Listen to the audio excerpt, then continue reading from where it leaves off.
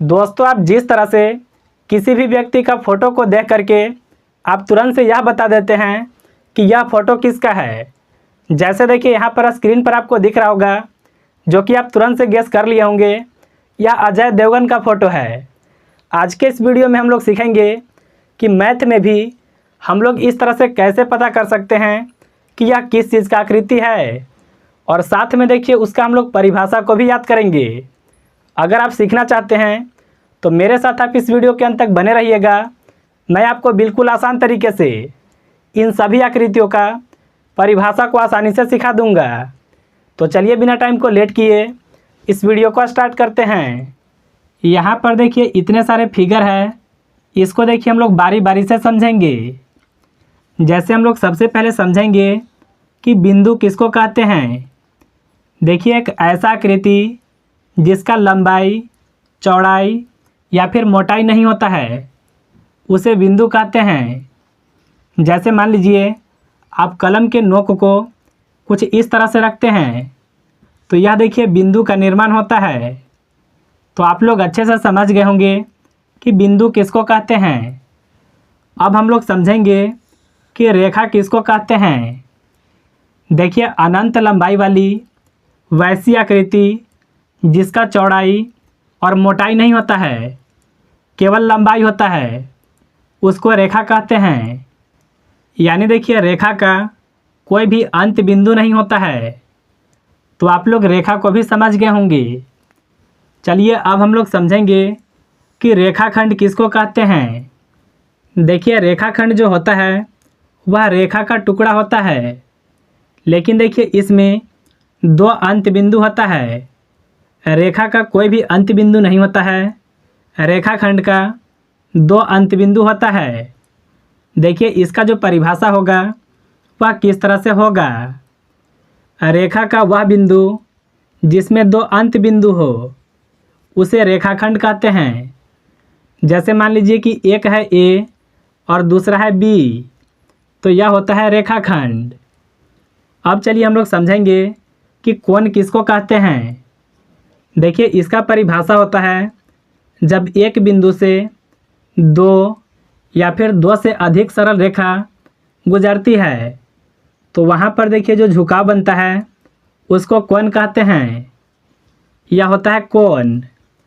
अब हम लोग समझेंगे कि आयत किसको कहते हैं।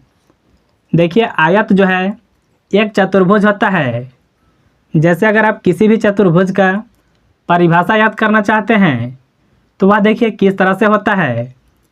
चार भुजाओं से घिरे हुए बंद आकृति को चतुर्भुज कहते हैं।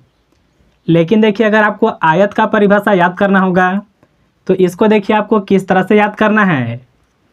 देखिए चार भुजाओं से घिरे हुए बंद आकृति जिसका सभी अंतःकोण का मान, यानी जो अंदर वाला कोण है, इसका मान 90 डिग्री होता है।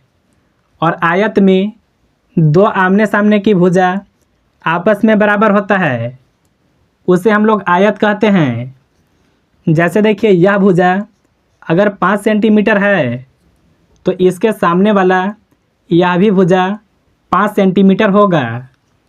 अगर देखिए इधर वाला भुजा 2 सेंटीमीटर है तो इसके इधर साइड वाला भुजा वह भी 2 सेंटीमीटर होगा। चलिए हम लोग फिर से इसका परिभाषा को दोहराते हैं। चार भुजाओं से घिरे हुए वह बंद आकृति जिसका अंतःकोण का मान 90 डिग्री होता है और जिसका दो आमने सामने की भुजा आपस में बराबर होता है, उसे आयत कहते हैं। चलिए अब हम लोग समझेंगे कि वर्ग किसको कहते हैं। देखिए इसका भी परिभाषा बिल्कुल आसान है। चार भुजाओं से घिरे हुए वह बंद आकृति जिसका सभी अंतःकोणों का मान 90 डिग्री होता है और जिसकी सभी भुजाएं आपस में बराबर होता है, उसे वर्ग कहते हैं। देखिए आयत में और वर्ग में अंतर क्या होता है। आयत में देखिए दो आमने सामने की भुजा आपस में बराबर होता है, लेकिन देखिए वर्ग में यह जो चारों भुजा हैं आपस में बराबर होते हैं। जैसे मान लीजिए कोई एक भुजा, यह भुजा है 5 सेंटीमीटर तो देखिए वर्ग में सभी भुजाएं जो होंगे वह 5 सेंटीमीटर होगा। चलिए हम लोग फिर से इसका परिभाषा को दोहराते हैं। 4 भुजाओं से घिरे हुए वह बंद आकृति जिसका सभी अंतःकोण का मान 90 डिग्री होता है और जिसकी सभी भुजाएं आपस में बराबर होता है, उसे वर्ग कहते हैं। तो आप लोग अच्छे से वर्ग को भी समझ गए होंगे। चलिए अब हम लोग समझेंगे कि त्रिभुज किसको कहते हैं। तो देखिए त्रिभुज का भी परिभाषा बिल्कुल आसान होता है। 3 भुजाओं से घिरे हुए बंद आकृति को त्रिभुज कहते हैं। देखिए त्रिभुज के अंतःकोणों का मान 180 डिग्री होता है। यानी अगर आप तीनों कोण के मान को जोड़ देते हैं तो 180 डिग्री के बराबर आएगा। और देखिए त्रिभुज के बाह्य कोण का मान 360 डिग्री होता है। चलिए हम लोग फिर से इस परिभाषा को याद करते हैं। 3 भुजाओं से घिरे हुए बंद आकृति को त्रिभुज कहते हैं। त्रिभुज के अंतःकोणों का मान 180 डिग्री होता है और बाह्य कोणों का मान 360 डिग्री होता है। अब हम लोग समझेंगे कि वृत्त किसको कहते हैं। तो देखिए इसका परिभाषा होता है एक निश्चित बिंदु से समान दूरी पर स्थित बिंदुओं का बिंदु पथ वृत्त कहलाता है। यानी देखिए एक निश्चित बिंदु है, इससे देखिए समान दूरी होता है। जैसे यहाँ से लेकर के यहाँ तक है 2 सेंटीमीटर, तो अगर आप यहाँ से यहाँ भी आते हैं तो यह भी 2 सेंटीमीटर होगा। अगर आप इधर भी जाते हैं तो यह भी 2 सेंटीमीटर होगा। चलिए हम लोग फिर से इसका परिभाषा को याद करते हैं।